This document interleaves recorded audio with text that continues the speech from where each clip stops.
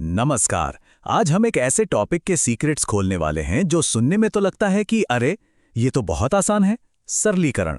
लेकिन सच तो ये है कि ये टॉपिक गलतियों के जाल से भरा हुआ है। तो चलिए बिना देर किए सीधे मुद्दे पर आते हैं। जैसा कि हमारे सोर्स कहते हैं, ये कोई मामूली टॉपिक नहीं है। ये तो प्रतियोगी परीक्षाओं में गणित की बिल्कुल नींव है। अगर इस पर पकड़ मजबूत हो गई तो समझ लीजिए आधी लड़ाई तो वहीं जीत ली। ये सिर्फ एक टॉपिक नहीं बल्कि क्वांट की आत्मा है। अच्छा, तो लगता है कि बेसिक्स तो सबको पता ही होंगे। जरा सोचिए, इसका मान क्या होगा? 50 माइनस 40 प्लस 10। बहुत ही सीधा सा सवाल है ना? चलिए, कहानी में एक मजेदार ट्विस्ट लाने से पहले इसे हल करते हैं। बिल्कुल सही जवाब है 20। ज्यादातर लोग इसे सही ही करेंगे। सीधी सी बात है, बाएं से दाएं चलना है। 50 में से 40 गए, बचे 10 और फिर 10 में 10 जोड़ दिया तो हो गया 20। आसान था, है ना? अब देखिए, यहां से खेल बदलता है। अगर हम बस एक छोटी सी लाइन, ये जो ऊपर दिख रही है, इसे जोड़ दें तो इसे विनकुलम या बार ब्रैकेट कहते हैं। और यकीन मानिए, ये एक अकेली लाइन इस सवाल का जवाब पूरी तरह से पलट कर रख देगी। और जवाब है 0। है ना चौंकाने वाला? एक छोटा सा अक्सर नजरअंदाज किया जाने वाला नियम कैसे एक पूरी तरह से अलग नतीजा दे सकता है। इसीलिए कहते हैं कि नियमों पर पकड़ बनाना सबसे जरूरी है। तो चलिए अब उस मास्टर रूल की बात करते हैं जो सब कुछ कंट्रोल करता है। VBODMAS। इसे एक बोरिंग फॉर्मूला नहीं बल्कि हर कैलकुलेशन के लिए एक मास्टर की या कह लीजिए कि एक प्रायोरिटी लिस्ट की तरह देखना है। ये है वो सटीक क्रम जिसमें हमें कोई भी कैलकुलेशन करनी होती है। सबसे ऊपर मतलब सबसे पहली प्राथमिकता मिलती है बार ब्रैकेट यानी विनकुलम को। फिर आते हैं ब्रैकेट्स, फिर ऑफ जिसका मतलब भी गुणा ही होता है, जैसे 50 का 20%। उसके बाद डिवीजन, फिर मल्टीप्लिकेशन और सबसे आखिर में जोड़ और घटाव। चलिए अब फटाफट कुछ चीट कोड्स देखते हैं।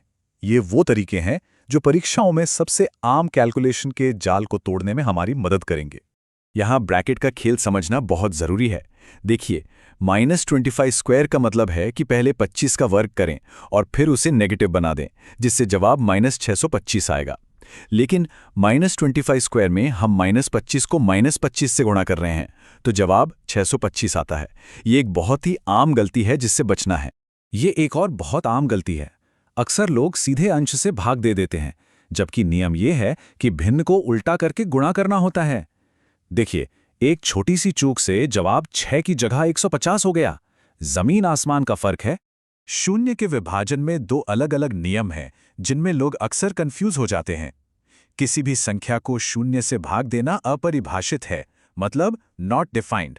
वहीं दूसरी तरफ शून्य को किसी भी संख्या से भाग देने पर हमेशा शून्य ही आता है। ये दोनों बातें याद रखना बहुत जरूरी है। ये एक सरल सा लेकिन बहुत शक्तिशाली नियम है। कोई भी एक्सप्रेशन हो, ये उसे तुरंत आसान बना सकता है। और मुश्किल सवालों को हल करने के लिए तो ये एक मुख्य कॉन्सेप्ट है। बस याद रखिए, किसी भी नंबर की पावर 0 का मतलब है 1। और अब बारी है हमारी टूलकिट के सबसे शक्तिशाली शॉर्टकट की, यूनिट डिजिट हैक। ये एक ऐसी विधि है जिससे अविश्वसनीय रूप से तेजी से सही जवाब तक पहुंचा जा सकता है, बिना लंबी चौड़ी कैलकुलेशन के। लेकिन इस हैक का इस्तेमाल करने के लिए एक शर्त है। पहला कदम हमेशा मल्टीपल चॉइस ऑप्शंस पर एक तेज नजर डालना होता है। अगर उनके आखिरी अंक यानी यूनिट डिजिट अलग-अलग हैं, तो समझ लीजिए कि ये ट्रिक काम कर जाएगी। तो ये रही एक जटिल दिखने वाली परीक्षा की समस्या। अगर इसे पारंपरिक तरीके से हल करने बैठे तो बहुत समय लगेगा, लेकिन हम इसे सेकंडों में हल करेंगे। ठीक है, तो ये रहे हमारे ऑप्शंस। अब यहां एक चीज पर गौर करना बहुत जरूरी है। इनके आखिरी अंक देखिए, 0, 4, 5 और 3। मतलब सबका यूनिट डिजिट अलग-अलग है। और बस यही वो बात है जो इस सवाल को हमारे हैक के लिए एकदम परफेक्ट बना देती है। देखिए ये कैसे काम करता है। हम पूरी संख्याओं को नजरअंदाज कर देते हैं और सिर्फ आखिरी अंक पर ध्यान देते हैं। 78 में से 8 लिया, 8 का वर्ग 64 तो यूनिट डिजिट हुआ 4। 39 में से 9 लिया, 9 का वर्ग 81 तो यूनिट डिजिट 1। और 67 में से 7 लिया, 7 का वर्ग 49 तो यूनिट डिजिट 9। अब हम इस आसान से समीकरण को हल करते हैं। 4 - 1 हुआ 3, 3 + 9 हो गया 12, अब समीकरण के दूसरी तरफ से 7 को इस तरफ ले आते हैं तो हमें मिलता है 12-7 यानी 5। इसका मतलब ये हुआ कि हमारे अंतिम जवाब का इकाई अंक 5 ही होना चाहिए। अब बस अपने निकाले गए इकाई अंक यानी 5 की तुलना ऑप्शन से करनी है और ये देखिए सही जवाब है सी। बिना कोई लंबी चौड़ी जटिल गणना किए हम सीधे सही जवाब तक पहुंच गए। चलिए अब जरा देखते हैं कि इस तेज रणनीतिक तरीके और पुराने पारंपरिक तरीके में आखिर फर्क क्या है। यहाँ मेहनत और समय में एक बहुत बड़ा अंतर साफ साफ दिख रहा है। एक तरफ है पूरी गणना जिसमें समय और मेहनत दोनों लगते हैं, और दूसरी तरफ है एक स्मार्ट शॉर्टकट जो सीधे जवाब तक ले जाता है। ये आसान सा विजुअल दिखाता है कि एफिशिएंसी में कितना बड़ा उछाल आता है। एक समय पर आधारित परीक्षा में ये कुछ सेकंड्स का फर्क ही जीत और हार तय कर सकता है। ये एक बहुत बड़ा कॉम्पिटिटिव एडवांटेज है। तो इसका मुख्य फायदा यही है, ये सिर्फ गणित के बारे में नहीं है, ये दबाव में सफल होने के लिए जरूरी आत्मविश्वास और रफ्तार बनाने के बारे में है। तो बस इसी एक सवाल के साथ आज का ये विश्लेषण यहीं खत्म करते हैं। सरलीकरण सच में क्वांट की आत्मा है।